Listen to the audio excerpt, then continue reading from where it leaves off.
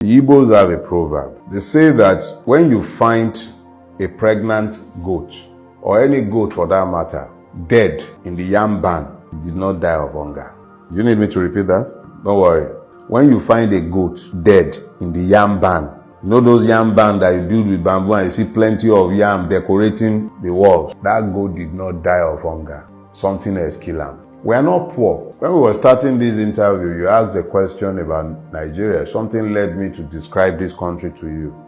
Ours is a rich land. Our soils are good enough to produce everything we need to eat, drink, anything we want for sustenance and good life. It's already in our soil. We are poor by design because those who ruin this country and who are ruining the Nigerian victims, their hold on power is strengthened by the poverty of the people. A poor man's mind, an hungry man's mind is focused on survival. He's thinking about what to eat. He's thinking about what to drink. He's thinking about how to pay his house rent if he has a house. He's thinking of where to sleep if he's only walking the streets. He's thinking about his security.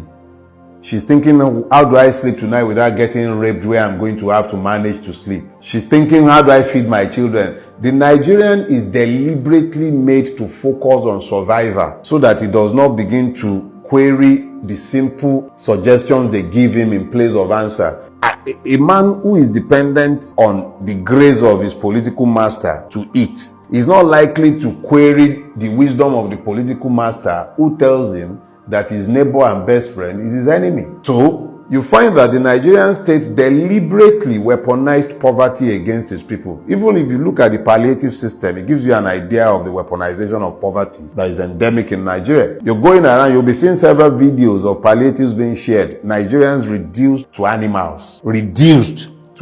Scooping rice with sand, and we are not declared to be at war yet. You see Nigerians scooping food, hot food, off boiling pots, reduced to animals in a country where people are flying private jets all over the place. Reduced. You see young men reduced to beggars. So in essence, the leadership. It is leadership. It is the system, the governance system. And please stop using the word leadership. Just say ruiners. Look, if you want to be kind to Nigerian ruiners, call them rulers. Rulers are fixed in the moment. It's always about holding on to power. It's about maintaining hold on power. Those are rulers. Their job is to maintain themselves in power. And that's what Nigerian ruiners are. You can't call them leaders. Leaders see a destination in their mind. When they close their eyes, they can see destinations and they lead people in the direction of their vision. What is the vision governing anybody in Nigeria? None. We're sitting down conceiving of a new road project. By the time you are done conceiving, you find that even the concept is already outdated and obsolete. You are building rail lines that are only fit for the 1960s and 1950s. You are building them in the 2020s. Everywhere else in the world, when they are conceiving rail lines, they are thinking of something futuristic that will take you from point A to point B in record time, and then they crow about it. The complete lack of vision, the lack of ambition that governs Nigeria is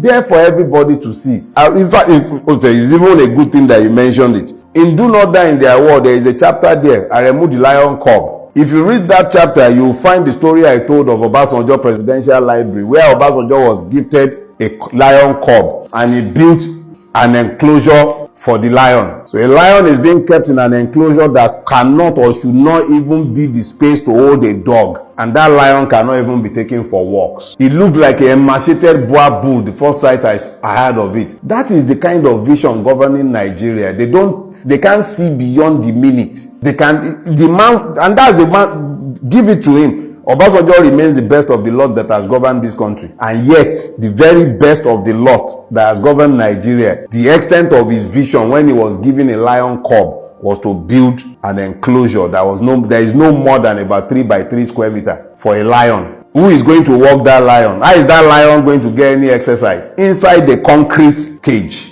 That is the vision governing Nigeria. They cannot see beyond the moment. Pimpish imagination, all of them. What have they built? What do you see in Nigeria that is futuristic outside of their greed? But the realness doesn't stop, if I use your words, the realness doesn't stop you from opening business, getting clients, getting customers, or doing what you need to do as an entrepreneur to build it. You see, that is the error right there. Let me take on the toga of the entrepreneur now. Sometimes you don't even have power for days at a time. You're running a business and it is your job to provide energy supply, power supply to your own business. Are you a power company or a tailor? Are you an hairdresser or a power company? And then you have to go and buy petrol at that outrageous amount to fuel your generator.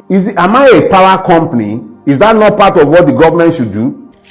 I have Megad permanently. Look, the failure of governance, when I tell you that the poverty is systemic and is deliberate, it sounds highfalutin. We are supposed to be a capitalist country, or are we communist? We are capitalists. What is the meaning of capitalism? It means that capital is present in the place. You have access to credit. Where is the access to credit in Nigeria? There is no Nigerian bank today that can offer you a loan for less than 20-something%. What business are you going to do at 20-something% that you can pay the bank? What business? What are you going to do unless you are trading? Since when did trading become a productive part of our economy? How many people can you employ in a trading business? Manufacturing is the backbone of any economy. You have to have a manufacturing base. Even if it's an agric economy base, you will still have to find a way to work in there. Where is the capital? Where is power? Where are the infrastructures? Where are they? Well, in the same system, we have those that made it, that created wealth. What kind of wealth are they creating? Gambling, Bet Naija, Screw Naija, Gamble Naija. Successful entrepreneurs. Like which one? Like Dangote, monopolists. Who create monopolists like the one that they were busy. Oh, okay, yes, with his new refinery, very beautiful refinery, churning out millions of barrels of petrol every day. Buhari went and commissioned it, and we were afflicted by life proceedings for hours on end on the day in question. We are a nation of liars. They have created rent seekers who make money from the putrefied system. They erect toll gates based on monopolies. So they make money, and then you're pointing at them as though that is available to everybody else. Look, young people have been reduced to gamblers, prostitutes, Uber drivers.